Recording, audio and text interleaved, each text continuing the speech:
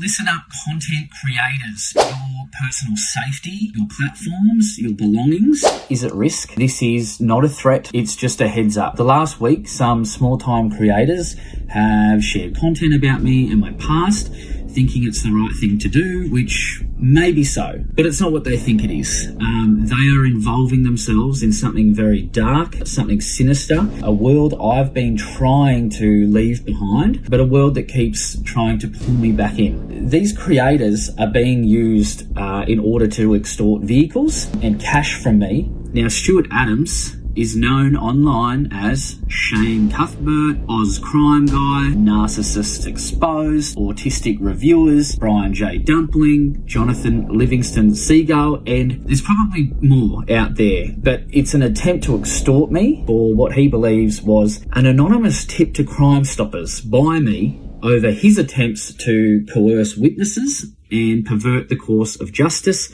in his own domestic violence matters. My son is here yelling and abusing me again. He's here following me around the house. Please come very urgently. Sometime in 2022, Stuart Adams was arrested during a live-streamed attempt to Molotov cocktail his ex-wife's home, and he was incarcerated for 12 months. Put your fucking light down, you dumb cunt. Okay. We had called the weapons. No. Let go. When he calls you, let down. let Let him.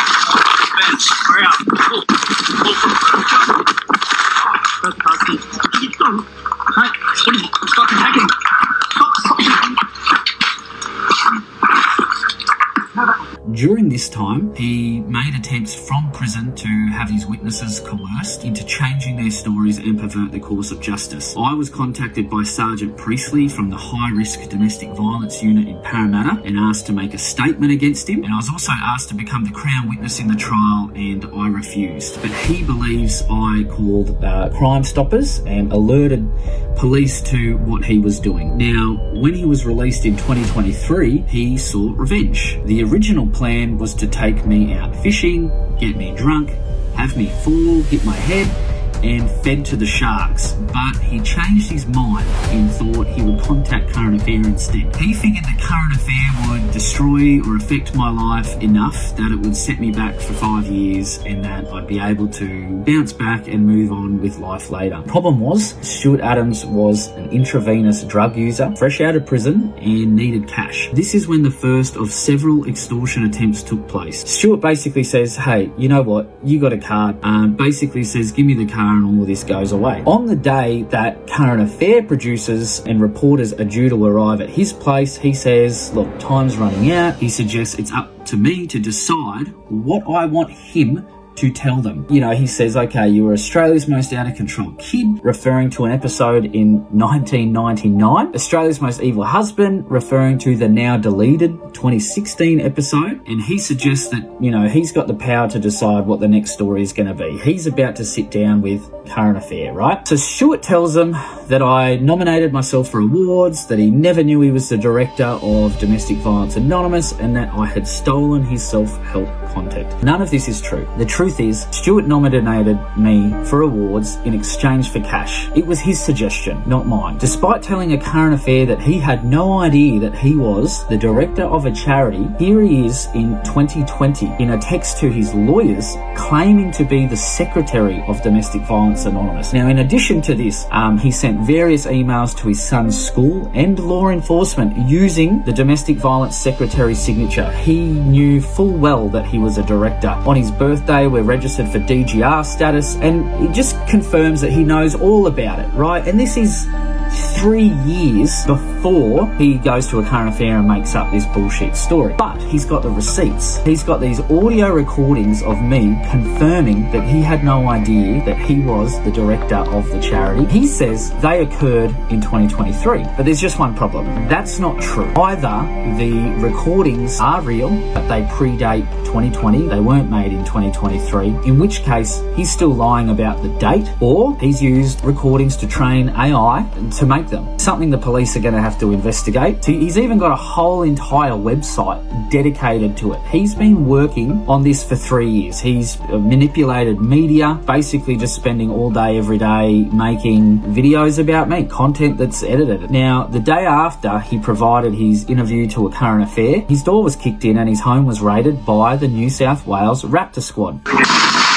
Police! Search warrant! Open the door! He spent another 12 months in prison. Current Affair made a bunch of claims that aren't really worth going into, but here's some receipts. They said my qualifications were fake. So what? I must have hired actors to fake my graduation, apparently. My graduation was literally attended by a magistrate who sentenced me as a young person. So that's all silly. But they also said I claimed to be president of the Law Society, and following that I actually got a letter from the university basically trying to sack me from the position, saying I couldn't be the president of the Law Society, but I responded and they didn't have the jurisdiction. They, reviewed it and then they backed down. But I've got all the receipts and one day we'll put them out there. But when Stuart's released from prison sometime before October and realised the Current Affair episode didn't quite destroy me as he planned, he had another go at extorting me for 50k. Now, this time it was through a mutual friend who has since spoken to police in New South Wales, originally using his real name and profiles. However,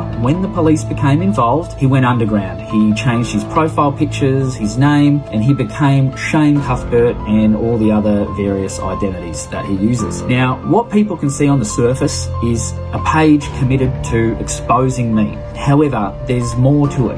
Not only is this guy motivated by revenge, extortion attempts, but he's just completely unhinged. Now, both myself and Stuart Adams were inside Redbank House in 1999. He was in the adolescent section. Redbank House is a mental health school hospital for children with treatment-resistant mental health issues, and I've done plenty of videos about it before. But in 2021, Stuart was attempting to detox in hospital, but after threatening staff and telling him he's Batman, he ended up sectioned under the Mental Health Act and arrested by police. Now, this guy has had issues with drugs and mental health, as have I, and I'm not sure what he's capable, but he seems pretty dedicated to this right now. Full disclosure, I was associated with outlaw motorcycle clubs and criminal organisations when I left prisons. I've made no attempts to hide any of this. I've told the media, I have shared stories about it, and I remain open, honest and transparent. However, Stuart is also in contact with members of these organisations and has been attempting to convince them to take me out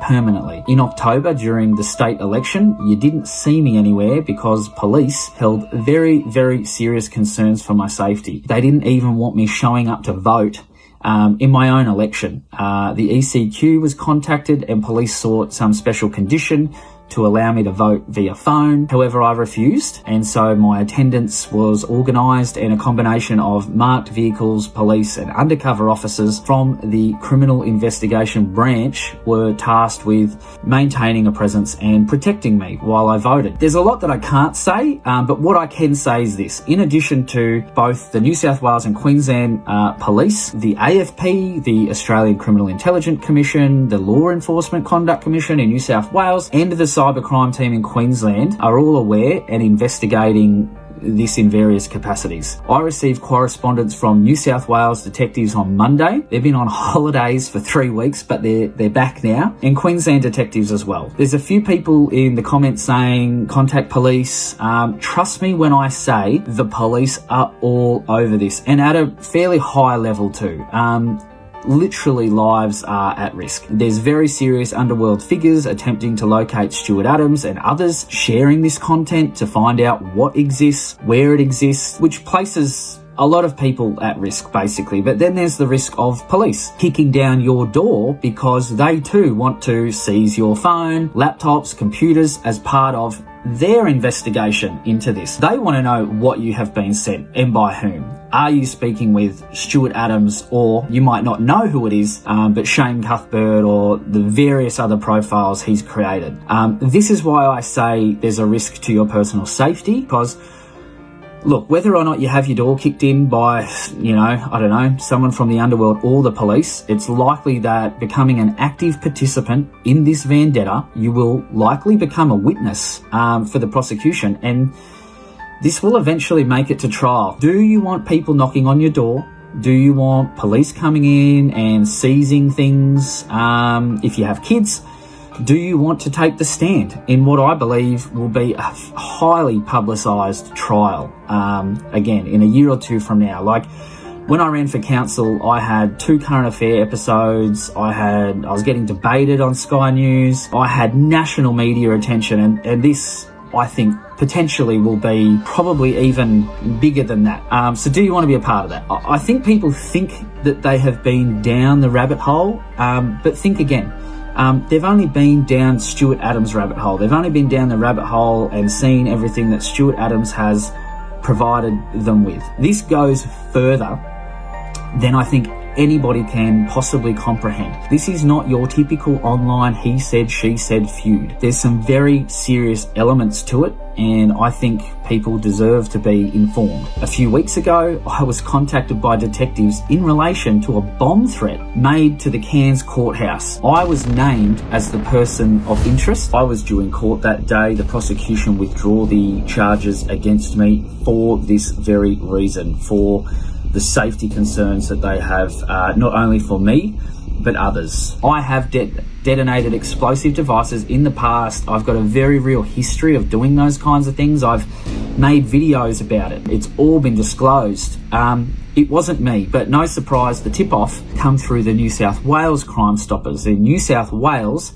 is where Stuart Adams lives. Now, the AFP are investigating this matter because, they're taking this very seriously. Magistrates, judges and courthouses being targeted as part of this vendetta. I do not condone this behaviour, and I've been cooperating fully with police. So trust me when I say the police are watching, and they are documenting everything. I have good relationship with both the police and bikies. I'll admit some of them are upset with me, but others are okay. I've been in contact with multiple presidents since October, and I've got an understanding with them, which probably explains why I'm still walking around, but I do have the support of police as well, and I encourage all of you to contact them. If you're in Queensland, give the CIB a good call, or in New South Wales, detectives. If you have not been contacted already, because some of you have, this is all monitored as part of the ongoing investigations. Some of you are asking why the mainstream media haven't done a story, and the short answer is they have. As far as I know, Current Affair has had 2 cracks at this, and the Cairns Post here has done 3. However, the journo, Peter Carathas from the Cairns Post, he told me that each one of them was knocked back by their legal teams, and he says actually for the first time in his entire career, the police wouldn't speak to him. These are big companies, Channel 9, Murdoch Press, they got money, they can employ security, they have big legal teams capable of defending and protecting them. They're not reporting because of the associated dangers and legal issues. But trust me when I say they are licking their lips, waiting for the opportunity as well. I mean, I've been on Current Affair, I think 4 or 5 times now, since I was a kid, and they're licking their lips. I mean, this has been described as both the Nicola Gobbo case, Underbelly, and it's the Michaela Tester and a Paul feud all rolled into one. Like, it's got more drama than anything I've ever seen, but it's potentially dangerous as well. Now, personally, I don't mind the attention. The more traction and attention this gets, the better for me and my platform, the more awareness I can raise around social issues and highlight really important things. But I'm just asking people to consider whether this is something that they want to be involved in, and look, go for it if you do, but, make sure that you stay safe and that you're aware and you're across all of this stuff before you sort of go out on a whim, which I think some of you have. I think some of you have bought the Shane Cuthbert stuff hook, line and sinker. It's been fed to you. Some of the content the creators are pulling out is just, there's no receipts at all. Like, it's all just made up, completely. And I know that it comes from Shane Cuthbert, which is Stuart Adams. For those making videos for their own safety, I can tell you that it only makes you a target, and not a target of mine, but a target of Stuart Adams, underworld figures and police. Any fake accounts that are in there, I can tell you they're not mine. I'd imagine they're just another one of Stuart Adams' accounts as he tries to control the narrative in your comment sections. I mean, most of the stuff that's being shared is from 11 years ago. Even a lot of the Shane Cuthbert stuff on that page predates 2020. I mean, there's videos of me, looking like an idiot. I'm high as a kite. I'm fresh out of prison in 2017. This is all old news. It's being shared by people that think they are advocates and passionate people in this space, victims of domestic violence that are being used by another known domestic violence offender, somebody that has in the past coerced and attempted to coerce and pervert the course of justice in their own domestic violence matters. They're just doing things a little bit differently now. They are using social media and these fake platforms to encourage you all to jump on board and get involved. From here on out, I won't be engaging any further in your comment sections or your platforms. I won't be answering any questions for various reasons, which include my own safety, but also the ongoing harming of a criminal investigation. I mean, the police are not too happy with me talking about this stuff. I can imagine I'm making their investigation more difficult, and I'm trying to do the right thing here. I've worked very, very hard to build a life for myself. I've done a lot of work over the years, and I'm not just about to throw it all in the toilet over someone calling me out on TikTok. So I'm confident that this is going to end up in the courts at some point, and I know that the media is waiting for that as well, because when it is in the courts, the legal issues go away, because the media are allowed to report on matters that are before the courts. So the real story will be told, and not only that, all of the evidence will be there to back it all up. If I have harmed or intimidated or scared anyone, I do apologise, because that is not my intention. Now, I've made a lot of mistakes in my past, and I still do. Honestly, I say shit and I go, fuck, why did I say that, okay? Or I do things and I go, why did I do that? I make mistakes, but I'm out here trying to do better and be better. I have friends, I do good things, and whatever people think my motivations are, you can't deny that I'm out there doing good in the community. Sure, I want to get ahead just like everybody else. I've probably said things that whilst others may not say out loud, trust me, are thought by many, especially, some of the political stuff. I'm still a human being, okay? I'm a real person. I come with warts and all and flaws. I've spent years now discussing my past issues, the crimes I've committed, the mistakes I've made, my takeaways, my learnings, and I don't believe I deserve a life sentence. The reality is I'm doing good things.